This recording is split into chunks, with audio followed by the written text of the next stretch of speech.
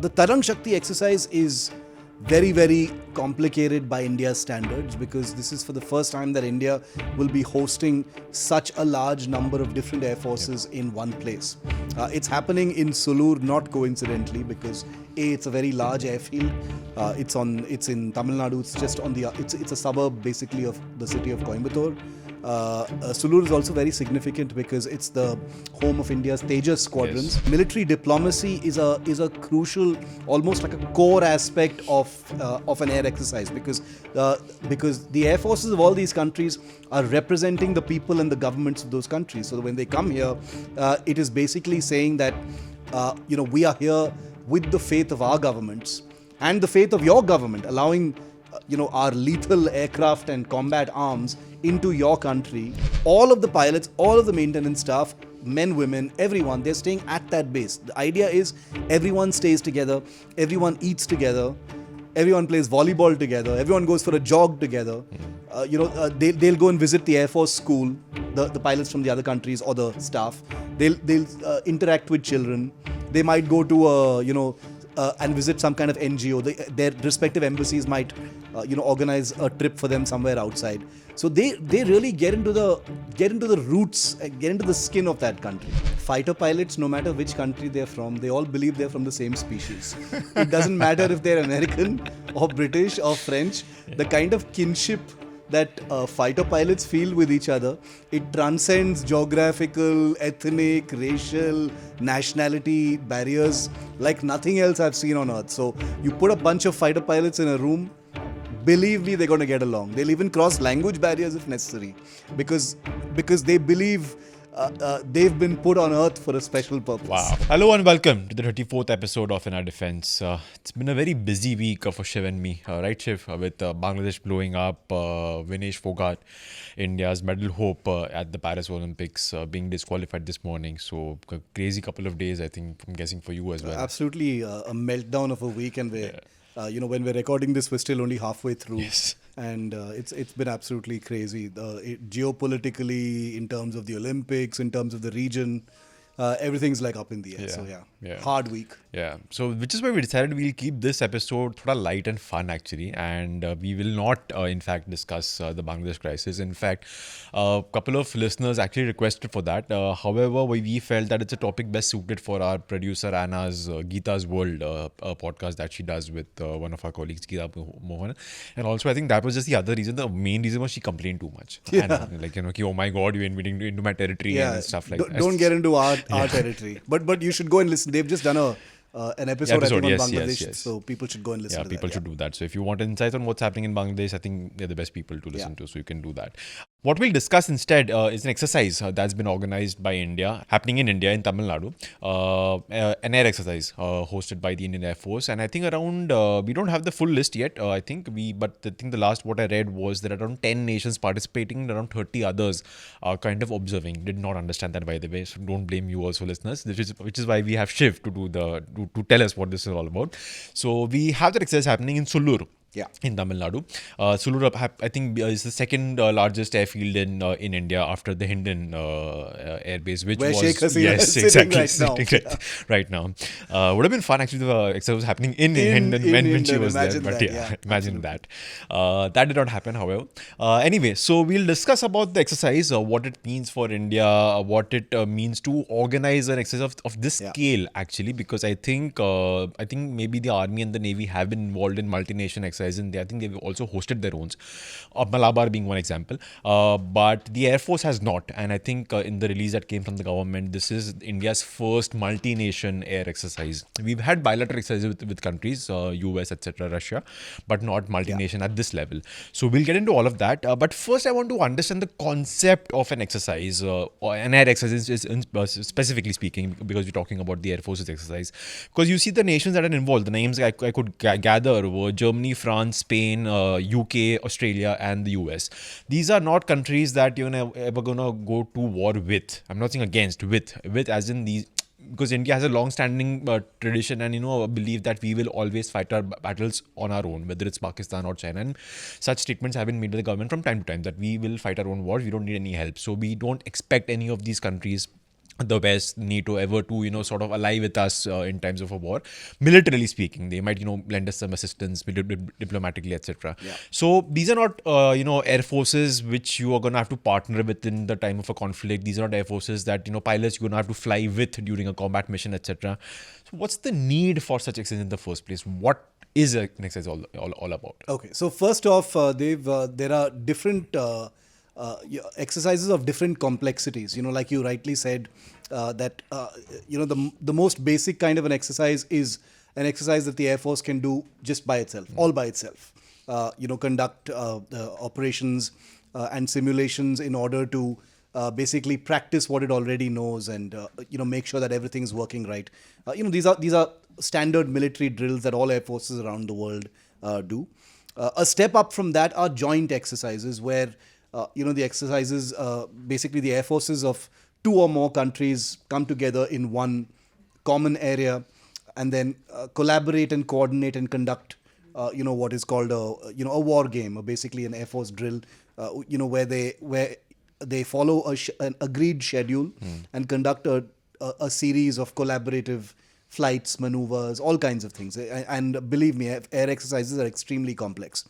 The Tarang Shakti exercise that we're talking about right now is by far the most complex Air Force exercise that India has ever hosted. Right. Now, India, obviously this isn't the first Air Force exercise that India has hosted.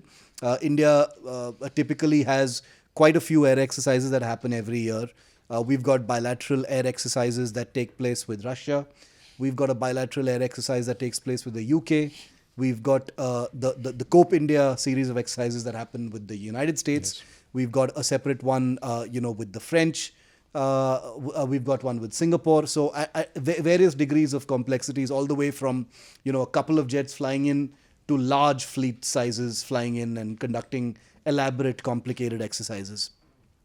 India, conversely, also sends Air Force contingents abroad. Yes. For multinational exercises. Just a few weeks ago in Australia, there was something called the exercise Pitch Black, yes, which has a large number of air forces. The largest and most complicated of air force, the kind of shining jewel of air exercises is called exercise Red Flag, which takes place in the United States. And this has like a huge number of air forces coming in, multi-phased, happens over many weeks, extremely intricate and complicated air exercise that takes place, and that's like kind of the blue label of exercises. And the Tarang Shakti exercise is very, very complicated by India's standards, because this is for the first time that India will be hosting such a large number of different air forces. Yep. In one place. It's happening in Sulur, not coincidentally, because it's a very large airfield. It's in Tamil Nadu. It's just on it's a suburb basically of the city of Coimbatore. Sulur is also very significant because it's the home of India's Tejas squadrons. Yes. And I'll come to why the Tejas is going to play a very important role in this. But basically, the Tarang Shakti exercise is going to be held in two phases. There's which actually kicks off today on the day. Yes. That we're recording this, where the first phase, which lasts about 10 days, is going to involve the Indian Air Force flying with the German Air Force, the Spanish Air Force, the French Air Force, and the Royal Air Force of the UK. And then there will be a second phase that kicks off at the beginning of September, where the scene of action shifts from Sulur to Jodhpur in Rajasthan. And again, Rajasthan is also a huge, range on which to do flights in.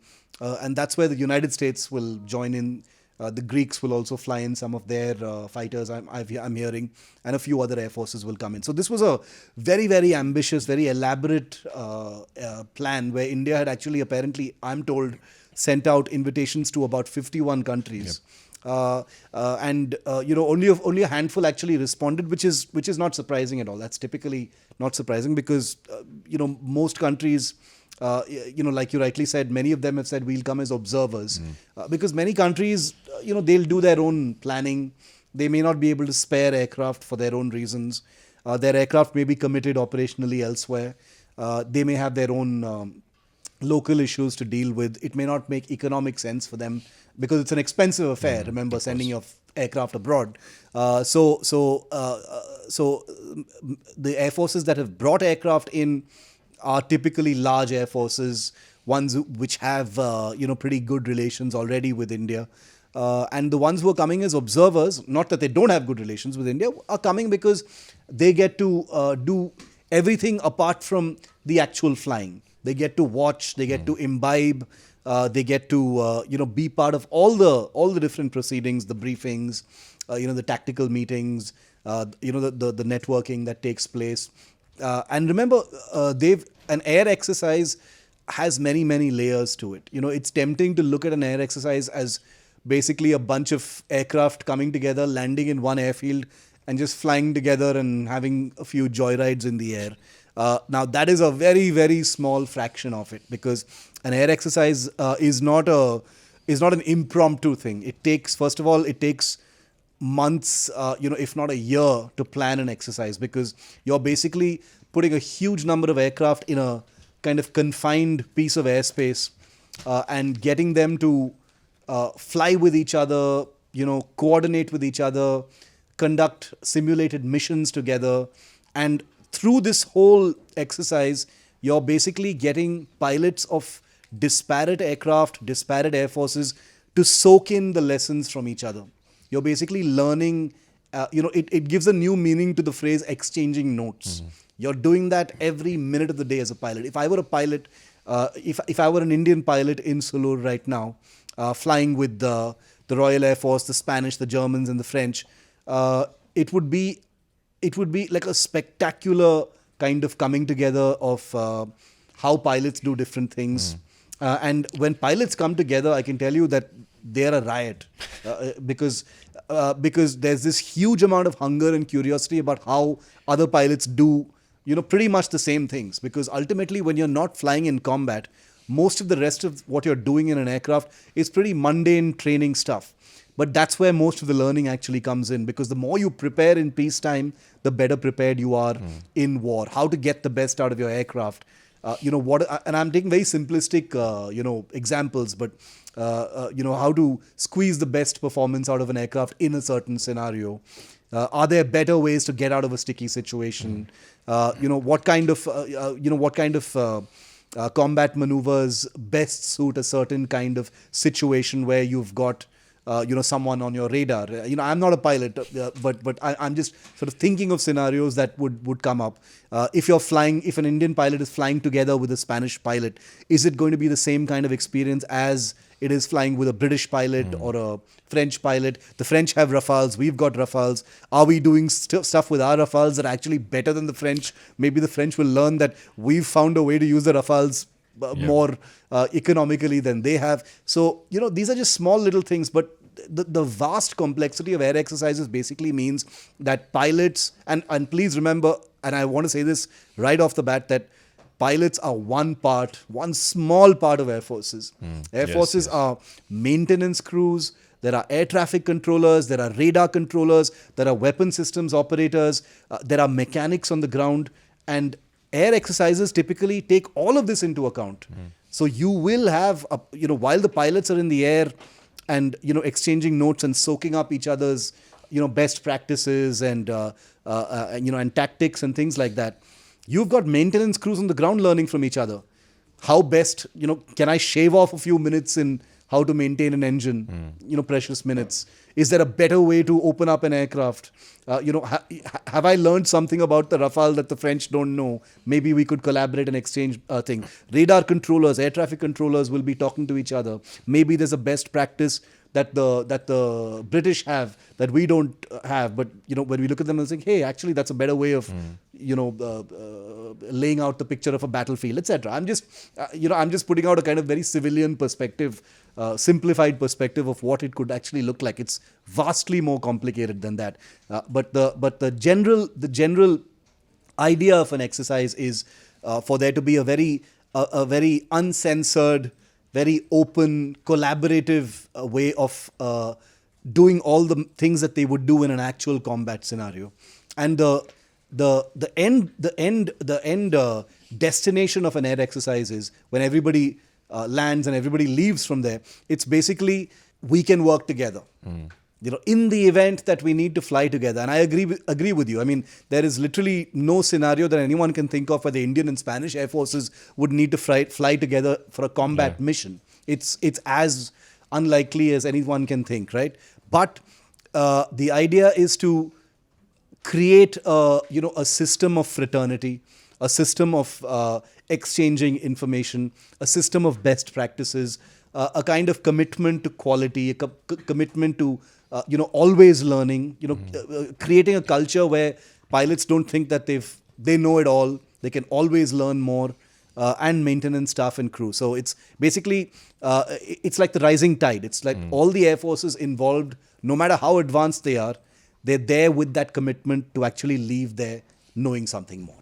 Right, very interesting. And just to extend that thought, is it mostly or completely military, or is it also significant amount of diplomacy involved? Because I mean, for example, an exercise like this, the brainchild would come from which ministry? Would it be the Ministry of Defense? Would it be the Air Force headquarters, or would it be the Ministry of External Affairs? I mean, to decide to hold an exercise, it's not as though the Air Force chief one day is like, hey, I think my pilots need some extra, something, they could use some extra knowledge. So, let me just call over my friends from the US and the UK, and we just have a nice sort of a carnival in Sulur and then in Jodhpur. Or is it the Ministry of External Affairs saying, hey, we need to hold something like this, to kind of show sort of our global reach, global power, and we let the Air Force, also get some, knowledge out of it, etc. How does that happen? So the reason why I didn't mention diplomacy is because I knew we would devote a separate question to that.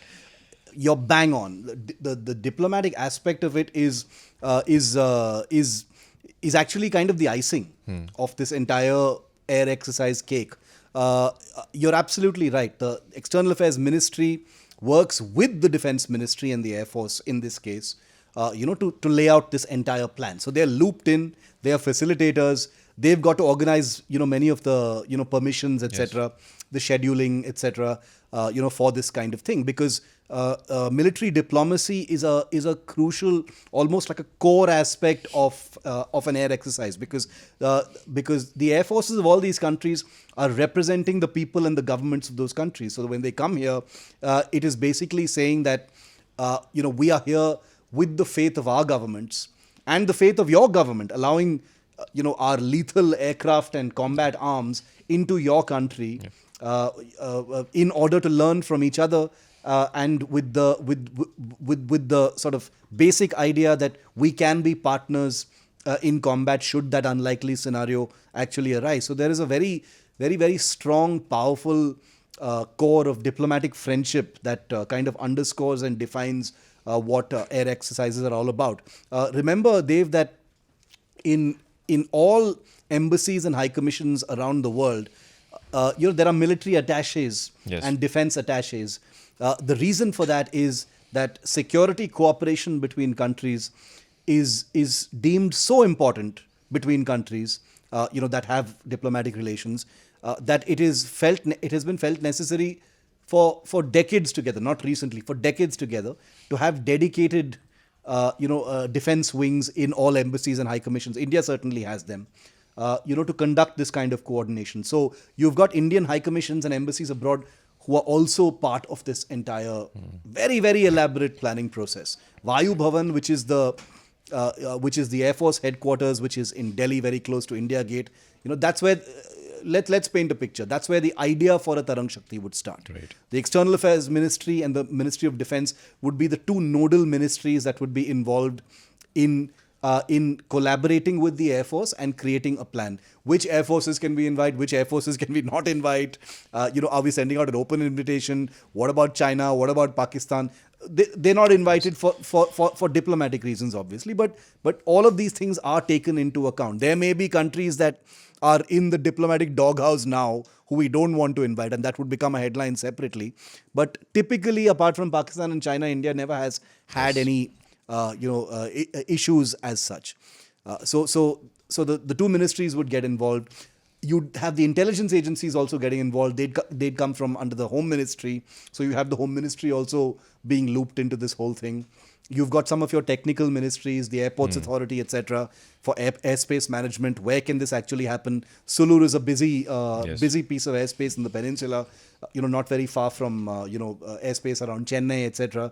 So 10 days is a long period. Is it possible to have it around Sulur? What is the wedge of airspace that can be permitted for this? Can it be overseas as well? Obviously, over the Bay of Bengal, obviously there will be an aspect of it. So it is enormously complicated. I've seen, I've had the privilege of seeing presentations about much more, much humbler exercises than this one, involving maybe 1 or 2 or 3 air forces. Here you've got like 7, 8, 9, 10, more than that, observers, ground staff, ground equipment. You've got some naval assets apparently also in the Bay of Bengal. Yes. So this is extremely complicated stuff. And remember, it's not just the governments and the MOD and the Air Force here.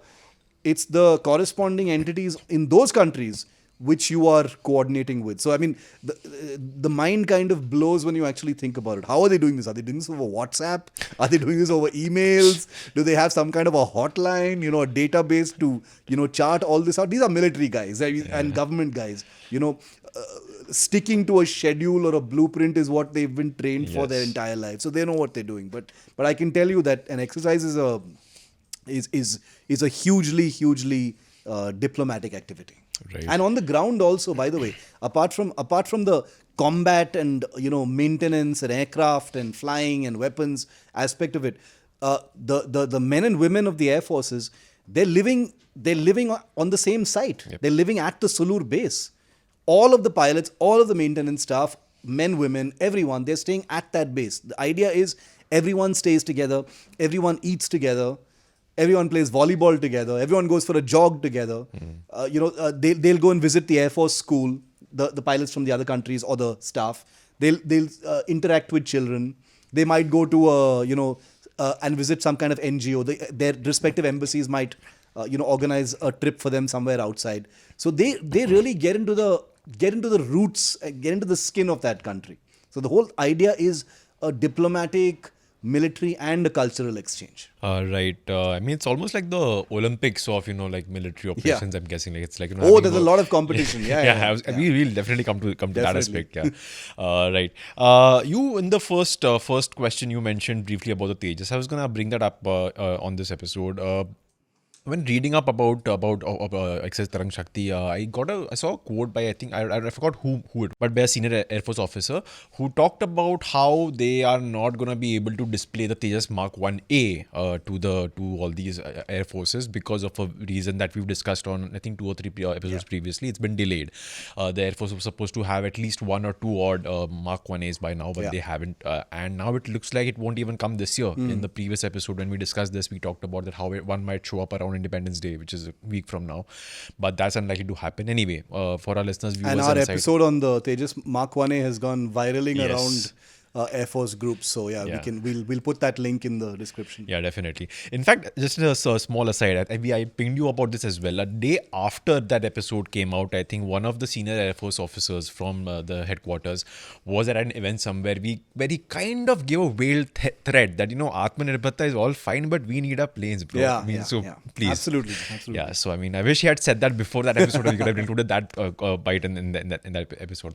Anyway, so coming back to Exercise Tarang Shakti. So the Air Force officer said something on the lines of, Mark 1 has been delayed, so we won't be able to display it, but we've got the Mark 1s, which are based, like you said, out of Sulur, and, we'll be showing it to them.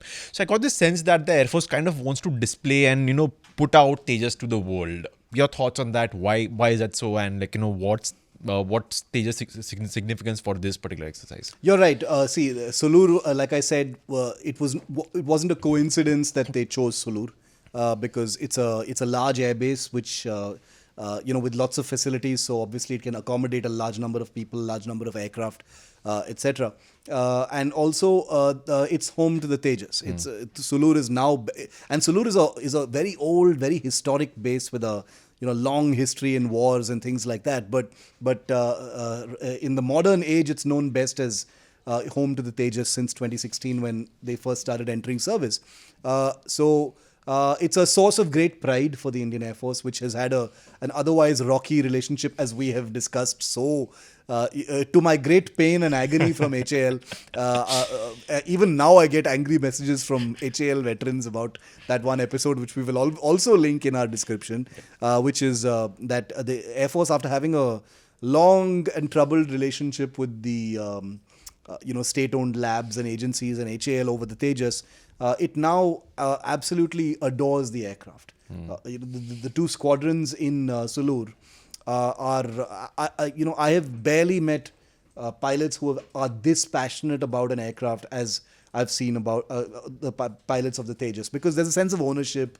ये हमारा है, घर का है. There's that whole josh about the Tejas is really there. I mean, pilots love their aircraft wherever they're from. There's a wonderful sense of ownership once you're in the cockpit. But the Tejas has that little extra because it's a true modern fighter that's been built in India. Of course, many things about it are from abroad, but by and large, it's a desi fighter, and so that kind of thing can't be created with any other aircraft. So the sense of ownership and bonding is very, very close. And I hear and I know many pilots and officers on the ground in Sulur. They would love to flex the Tejas. They want to show it off because remember, the Indian Air Force is a really, really tough customer. They have been a nightmare to please for decades together with the Tejas. But now that they finally met, some of those requirements, or at least enough requirements to enter service, the Tejas is a great aircraft. They love it, and they can't wait for the Mark 1A. And I'll come to the Mark 1A agony in just a moment. But the Atmanirbhar aspect of Tarang Shakti is very crucial, because you've got some of the world's most advanced air forces coming to India. And here you've got the Indian Air Force primed and ready to basically flaunt the Tejas. For me, that is an amazing milestone in military maturity. You're not hiding the Tejas somewhere. You're not keeping them in their hangars. You're not, holding this exercise somewhere else far away where the Rafales are or your Su-30s are. You're bringing them to the heart of the Tejas country, and making these air forces, which are used to, let's face it, far more advanced fighters. Look at what we've built. Look at what we're flying with. Look at what we've done with this, fairly rudimentary fighter. And it's going to get a whole lot better with the Mark 1A. I mean, I wish that first Mark 1A, which is the improved Tejas, had been delivered by this time, because there's almost no doubt that it would have been there for everyone to see in Sulur during Tarang Shakti. Sadly, like you rightly pointed out, Dev, there are real delays, greater delays than we had spoken about in our episode. Many of those delays obviously springing from the United States, some local issues also dogging the program in terms of testing and delivery. But if the Tejas Mark 1A had been there, I think the Air Force would have been in an even better position to show off a significantly a Tejas that is significantly nearer to what the Air Force has wanted from this aircraft. But be that as it may, that aircraft will take its time. I'm sure, like you said, either November or next year is when the first delivery will actually begin, and it sets the whole program back by a few months. I'm not too alarmed by that, but I think the Tejas flavor in Tarang Shakti is there. It's going to happen. In those opening images that we saw, once the aircraft started coming in, we saw Tejas doing the escorting duties, and they're there in the air. And I've flown in a Tejas from Sulur, and with pilots from there, and I can tell you that they are they're raring to go. They're like waiting to put those Tejas into action. With the Tejases have gone on a couple of exercises before where they've flown with some fighters. But this is going to be interesting, because you're going to see Tejases flying, mock combat missions, either with Typhoons and Rafales, or against them, testing radars, testing beyond visual range combat, close combat, dog fighting, all kinds of things. So it's going to be really fun to see how the Tejas kind of matches up. Nobody has any, great, elaborate, outsized hopes, because the Tejas is a much smaller, less capable aircraft than some of these bigger fighters that are coming in. But I wouldn't write it off at all. The Tejas can, like the MiG-21, can have many tricks up its sleeve, and I wouldn't put that past Indian pilots. Right. Speaking of showing off your fighter jets, do you also think there is an element of for the participating countries showing off their fighter jets to the Indian Air Force? Because remember, like we've discussed again on a previous episode, that one deal that annoys the two of us very much, the multi-role fighter aircraft deal, just still open. That's there. So and even though I would say 90% it's probably going to be the Rafale, because that makes the most logical sense, that both Shiv and I have talked about, but you never know anyway, right? Maybe the US will be involved. US definitely will be involved. Perhaps the European consortium. You have these countries coming in for the for this exercise. You have France coming in, you have the US coming in, and you have a couple of European countries coming in. Do you think these countries will also have that at the back of the mind? Yeah, of course, we'll do these exercises. We'll have sort of these competition games with the Indian Air Force, but we also want to show off our planes so that perhaps when they go for that deal, they might just increase our consideration a bit much. Would that be absolutely, 100%. Every air exercise, every kind of military engagement that you see of this kind, Dev, is an opportunity for a sales pitch. Make no mistake about it. And this is, and there's nothing wrong with it. It's not like it's some kind of said in some dark corner. It's a very openly accepted element of exercises of any kind that one gets to check out new products. One gets to check out the capabilities, of another product. Indian pilots are no stranger to the aircraft that are coming for Tarang Shakti. They have flown hours and hours and hours on Rafales and Typhoons as part of the earlier agonizing MMRCA, medium multi-role combat aircraft contest that was intended to buy 126 fighters. Finally, it whittled down to 36, which is what India bought, 36 Rafales in 2018. But the fact of the matter is there is very much a sales pitch element to air exercises, because the product is there. The product is right in front of you. Oftentimes, many of these aircraft that come in are improved versions that have new radars or new combat systems, something new to kind of flex and show off. So make no mistake, the makers of the Typhoon, which is Airbus, or the makers of the Rafale, which is Dassault Aviation, or the makers of the F-16, which will be coming in Jodhpur, which is Lockheed Martin, or the makers of some other aircraft like the F-18 or the F-15, which is Boeing, they would all be in the loop on this. They would all, be ready to, offer any support in terms of, a pitch, a conversation. That kind of thing is always there. And like you rightly said, the MRFA contest, which is the multi-role fighter aircraft contest, which is a quest for about 114 fighters which are to be made in India. We do know that many aircraft will be competing in it, potentially including the Typhoon as well, which was part of the last contest.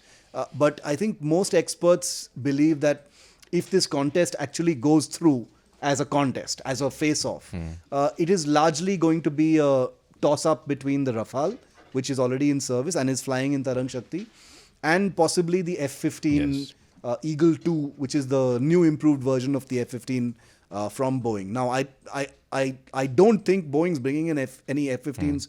The US Air Force, I don't think, is going to bring in any F-15s for Tarang Shakti in Jodhpur. But the F-15 is an aircraft that the Indian Air Force is familiar with.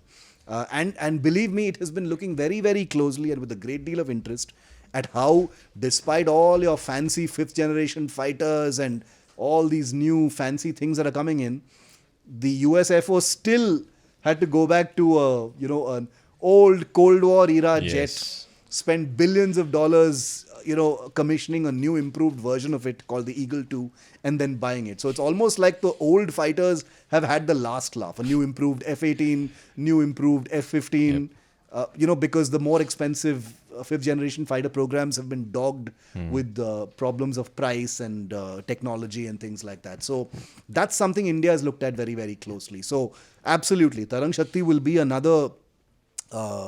there is a beauty pageant aspect to it, where India is the kind of customer, and you've got all these fancy pieces of equipment doing the rounds. The cynical part of me will be like, India has seen this beauty pageant so many times before.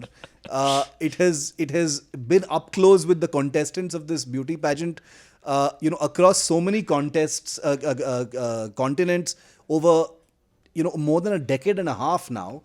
So I'm just wondering what that sales pitch will actually be. Where does it actually land? Yeah. Many of these companies, I can tell you, Dave, are fed up of pitching to India. Wow. Because there's no clarity. The MMRCA, which stretched on for more than a decade, collapsed in front of everyone's eyes after millions of dollars spent by those countries and the companies. So one wonders, whether any sales pitch happening during Tarang Shakti will be half-hearted or if it's going to be there at all. But yeah, the subtext of exercises always is that, hey, look, these are fancy new toys. Are you interested? Nice. Right. We'll discuss a bit about what happens at these exercises, especially when it comes to the personnel that are involved in different air forces, but after a quick break. Speaking about the future, with Sheikh Hasina gone now, Bangladesh will fall to the Islamic fundamentalists. Can we actually conclude that? Because I don't think so. I don't think it'll fall to the fundamentalists. You think army will play I'll a tell role you of why. it? Okay. Yes, because the army is in control right now.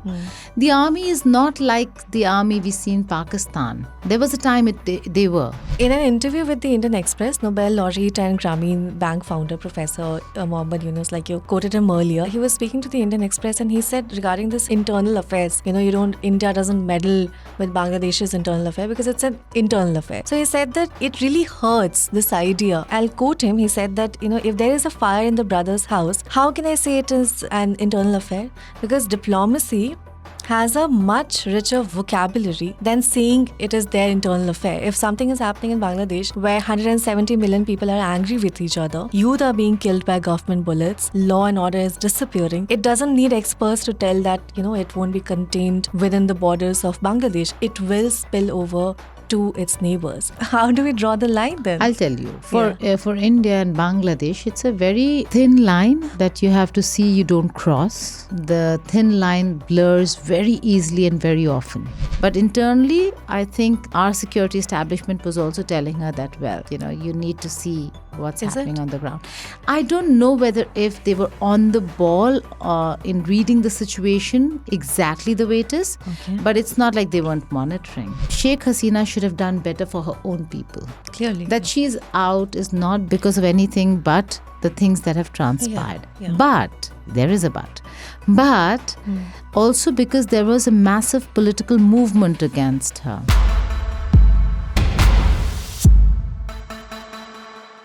Welcome back.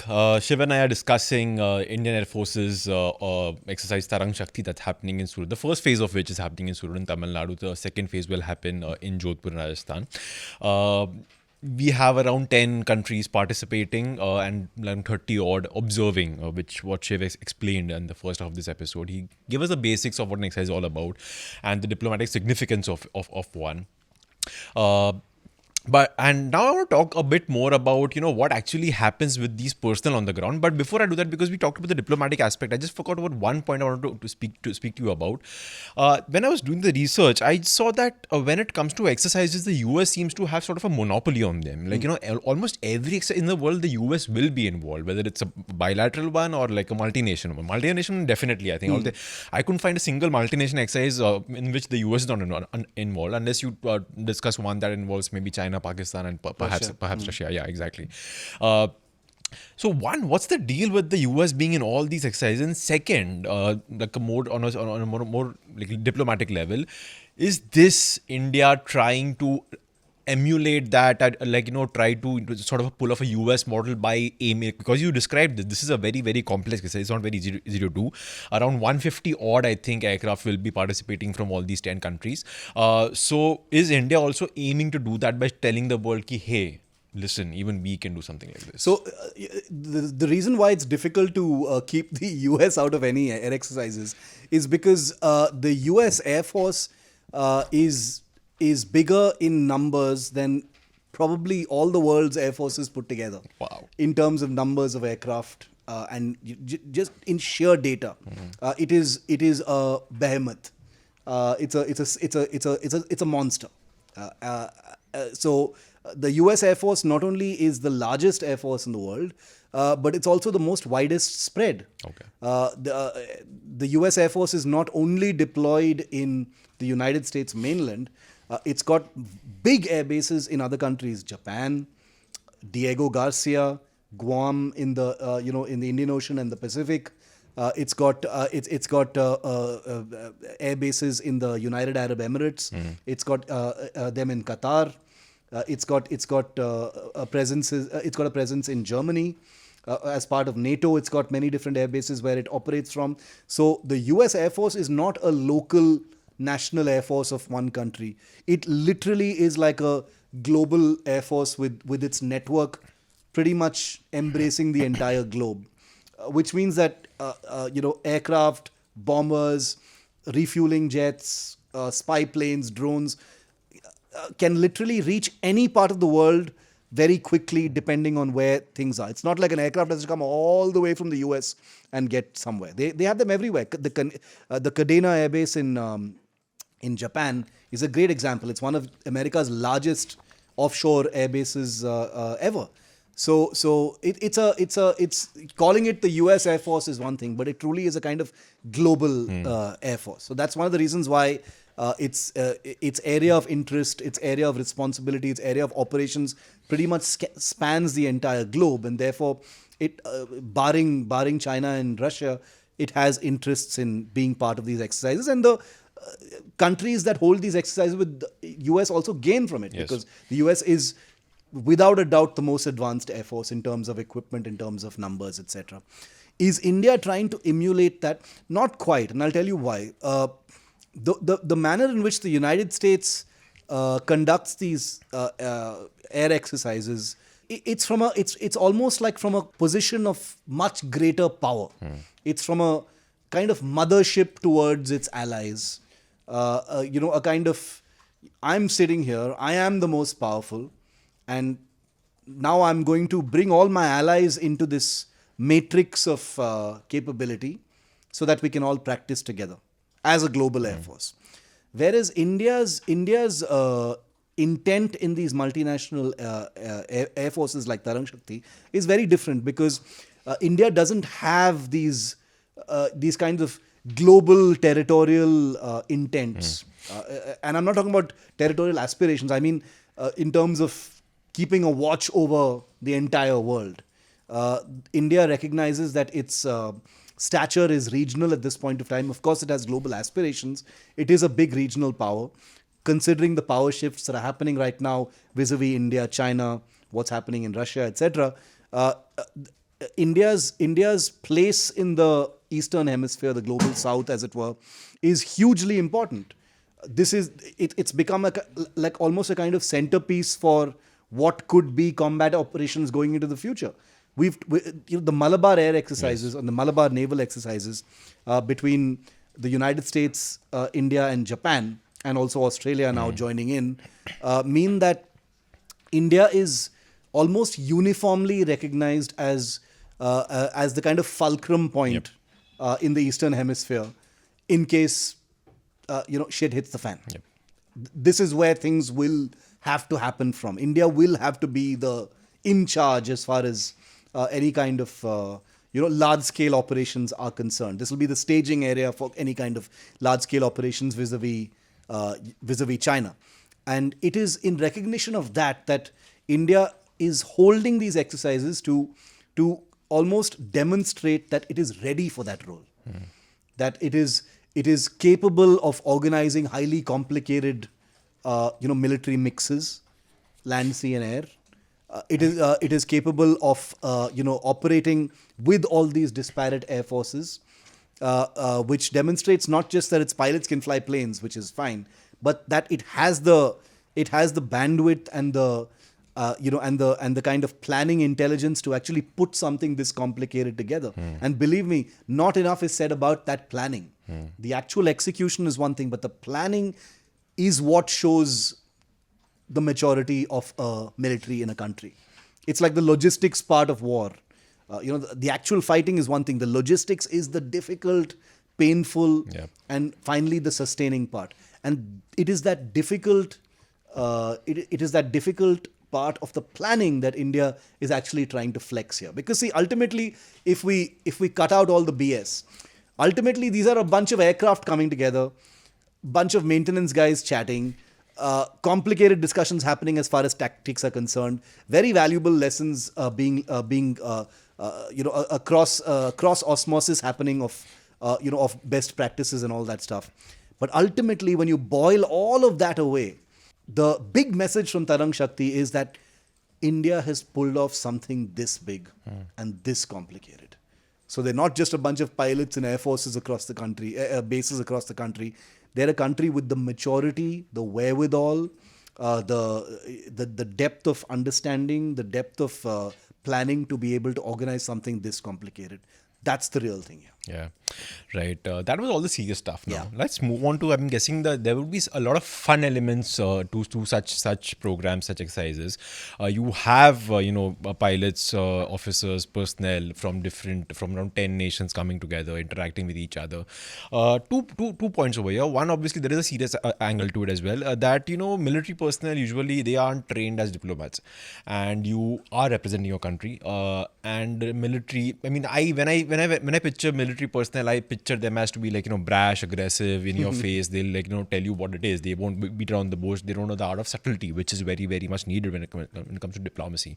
So how often do they run the risk of, offending somebody because of, could be cultural differences, could be anything, offending somebody, and that's one part. And second, like you mentioned earlier, like when we kind of compared this to Olympic games, is it like a big fat game, where you have you'll have obviously exercise happening, and there will be people keeping score, this is what we ace that, you ace that, stuff like that. Does that happen? So I'll start by saying this, that fighter pilots, no matter which country they're from, they all believe they're from the same species. It doesn't matter if they're American or British or French. Yeah. The kind of kinship that fighter pilots feel with each other, it transcends geographical, ethnic, racial, nationality barriers like nothing else I've seen on Earth. So you put a bunch of fighter pilots in a room, believe me, they're going to get along. They'll even cross language barriers if necessary, because they believe they've been put on Earth for a special purpose. Wow. Okay, there's a joke. There's one of my favorite jokes that I've always loved, and it was obviously told to me by a fighter pilot, which is that if you go to a party and there are like 100 people and only one of them is a fighter pilot, how do you know which one is a fighter pilot? And the answer is he'll come and tell you. Yeah. Okay, so fighter pilots love themselves, and not to be facetious about it, they've earned it. They're awesome people, men and women. And in this scenario, you've got a lot of these fighter pilots being very, very competitive. Now, obviously, I have painted you a picture of how an exercise like Tarang Shakti involves many, many more types of people other than fighter pilots, all others. But let's for a moment just narrow down our focus to fighter pilots, since you were talking about that bit. These guys get along really well, but they're also super aggressive. They've got that tiger in them, and they're very, very competitive. The idea of offending each other doesn't arise at all, because fighter pilots also have that, have a very generous appetite for the irreverent. They know that the kind of work they do makes them brash sometimes. So mess room frat boy talk is totally acceptable. Most of these guys will hit the officers' mess and the club to have a drink after a long day's work. So all of that kind of military culture transcends air forces. Believe me, that. The Top Gun kind of thing, it's there everywhere. But when it comes down to the actual work, the actual competitive spirit inside the exercise, they take it bloody seriously. Because you've got red forces and blue forces. You've got 2-on-2, 4-on-4, 1-on-3. One Tejas against 2 Typhoons, 1 Typhoon against a Tejas plus a Rafale. You may have a French pilot flying in a Tejas backseat. You may have an Indian pilot flying front seat on a Typhoon. All of these amazing combinations will be taking place, where you've got pilots cross-pollinating aircraft, cross-pollinating tactics, getting a sense of a foreign person's aircraft while flying with a foreign weapon systems operator where you might learn something new about how they do things. We've got twin-seat aircraft like the Sukhoi as well. So all these things really happen, and they keep a score. There will be a whiteboard in the briefing room, in the crew room, where scores will be kept, believe me. And it gets very, very competitive. And these are and it's no joking matter. Scores are taken very, very seriously, because we might think of it as it's an exercise, it's not real life, it's not that. But these are real fighter aircraft. For instance, if you're very simplistic, if there's a dogfighting drill where you're basically trying to get a lock on your pilot. Do you remember that famous scene in Top Gun where no missiles are fired, but you get a lock, the person's dead, right? Those kinds of things happen in exercises. And pilots do, keep those scores. There are scorecards that are kept of how many times I've been able to lock a guy and kill him, or he's been able to lock you and kill you. And those scorecards and whiteboards are sacred, and they are maintained in the crew rooms. And they're a source of pride, a source of taunts, a source of jeering at each other, mocking each other. All of that happens, but it's all part of the game. It's accepted as part of the game. Right. Last point on this topic is at the end of the day, how open are these air forces when they come for such gatherings? Because you're talking about national security equipment. You're talking about equipment for which countries spend millions and billions. You're talking about equipment that has technology that you may not want anybody to know about, even if they are your friend. For example, I think when in season 1, when Abhishek and I discussed one of the exercises that he was part of, as not as a pilot, he as a journalist, he went to cover in the UK, if I'm not wrong. I'd asked him, whether pilots tend to switch aircraft and look, I'll fly yours, and he's like, no, that never happens because they are sensitive piece of equipment. So, for example, a French pilot would not be allowed to enter the Indian Rafale cockpit. They might fly, like you said right now, on the back seat, on the second seat, but you'll always have an Indian pilot piloting that aircraft because you have certain sensitive equipment that India has ordered just for us especially. So you have all these fighter jets at the same air base. You have all these pilots, chatting amongst each other, talking about the aircraft. Like you said, they go out for, maybe drinks after the end of a nice long day. And then, while, they're chatting, things get very aggressive, and you mean trying to show off something and you end up saying something. I'm making it very dramatic, I think, movie. Like, I'm pretty sure that does not happen. But you get my point. You have these advanced piece of equipment coming together. You have these pilots who know things about the aircraft that maybe someone else does not. And you also have certain tactics as an Air Force that you may have developed over a period of time that you may not want anyone to know about. So when it comes to stuff like that, how do Air Forces keep that away from the glare of the others? I'm really glad you asked this, because I can tell you without any hesitation that there is a huge intelligence aspect to exercises as well. The Air Force is coming to flex with you and fly with you, maybe your friends, but you're also keeping an eye on their stuff, because there's always something to learn. Whether it is radar signatures, whether it is electromagnetic data of some kind, whether it is some mysterious new equipment, that's been found on one particular aircraft that's given that aircraft an edge, but they don't want to tell you what it is, because if you figure that out, then all these little things are there. There is a layer of intrigue for certain between air forces, no matter how close they are. Now, India and the United States conduct very, very complicated air exercises as part of Malabar, Red Flag and Cope India. But believe me when I say that these drills are highly, highly structured.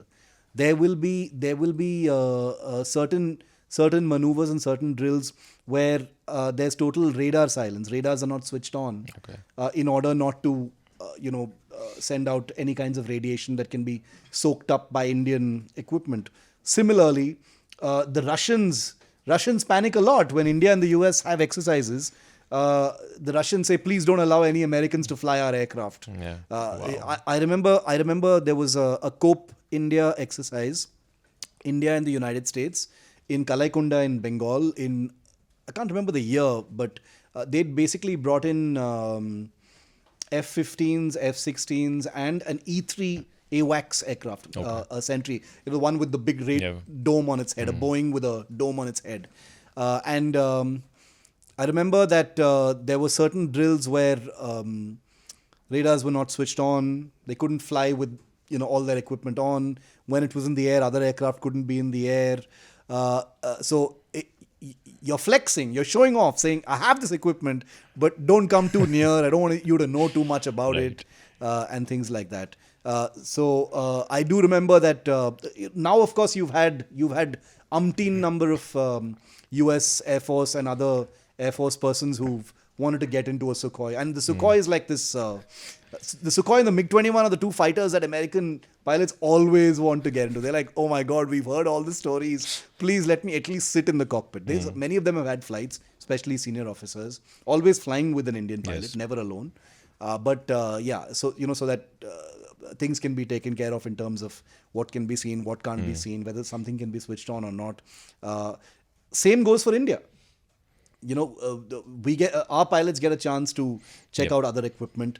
There have been occasions when Indian pilots haven't been able to get into somebody else's fighter. Now, of course, everyone wants to sell their planes here, so nobody's going to say no to an Indian pilot now. But there are restrictions. There will be certain modes will be turned off.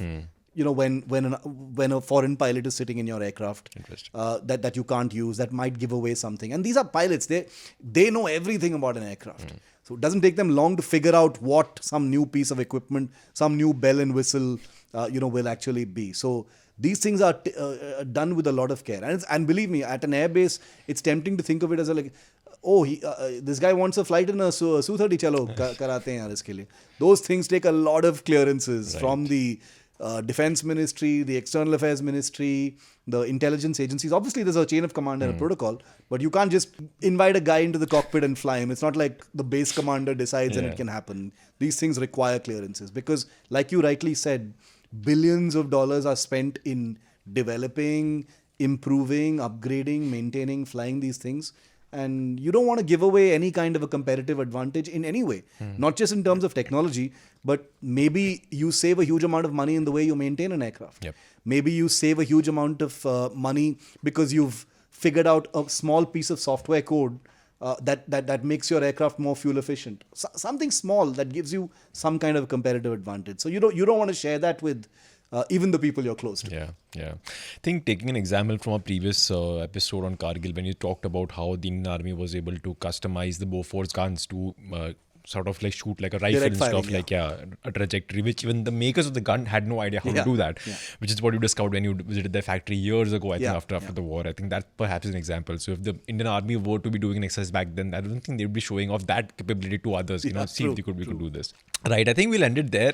Fun chat actually, lots of fun. Like we thought it would be this episode for a change, and it gave us a sort of a nice break from this very harrowing sort of a week that we've had. And like you said at the beginning, 2 more days to go. Right, so thanks Shiv, thanks as always, and thanks as always to our producer Anna Priyadarshini. That's it for this week's Defense Dose. For more, tune in next week. Till then, stay safe and not cross any boundaries of the passport. Bye bye.